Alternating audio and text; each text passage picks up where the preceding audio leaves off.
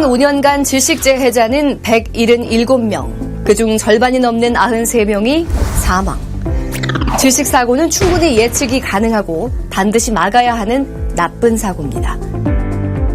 한 명의 사고자가 발생하면 보호장구 없이 밀폐 공간으로 들어간 구조자도 함께 사망하는 경우가 다수 발생합니다. 이런 위험한 밀폐 공간에 들어가기 전 여러분은 안전작업 절차를 지키고 있나요?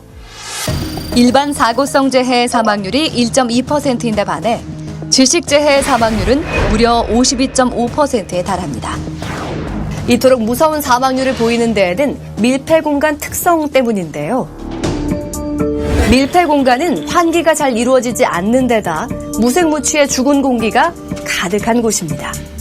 여기서 죽은 공기란 미생물이 번식해 단시간에 산소를 소모시켜 산소 결핍을 일으킬 수 있는 공기와 황화수소, 일산화탄소, 질소 등 화학적 질식가스가 존재하는 공기를 죽은 공기라 하는데요. 이런 죽은 공기는 한 호흡만 해도 즉사할 수 있습니다.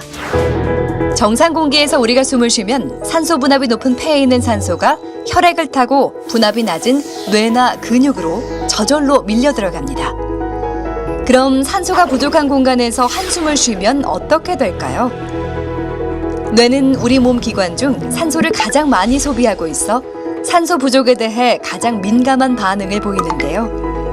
바로 역전 현상이 일어나 뇌로 산소가 공급되는 것이 아니라 오히려 한 호흡과 동시에 뇌에 남아있던 산소마저 쓰나미처럼 빠져나가 순식간에 바로 사망하는 것입니다.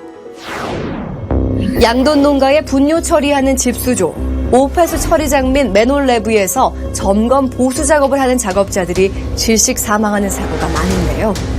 특히 미생물 번식이 쉬운 무더운 여름철, 질식 위험 공간 내 찌꺼기의 부패와 고인 물 속의 미생물 번식으로 인해 다량의 황화수소가 녹아 있습니다. 고인 물이 썩게 되면 물 표면에 얇은 막이 생기는데 이 얇은 막 때문에 물 속에 녹아있는 다량의 황화수소는 밖으로 빠져나오지 않는데요. 하지만 고인 물에 발을 디딘 순간 물 표면을 덮고 있는 얇은 막이 파괴되면서 마치 콜라를 흔들고 뚜껑을 열 때 갑자기 탄산가스가 빠져나오는 것처럼 다량의 황화수소가 물 밖으로 터져 나옵니다. 밀폐 공간은 급격히 황화수소 농도가 높아지고 고농도의 황화수소에 노출된 작업자는 호흡신경이 마비되어 그 자리에서 즉사하게 됩니다. 겨울철 건설 현장에서는 콘크리트 타설 후 보온 양생을 위해 갈탄을 사용하는데요.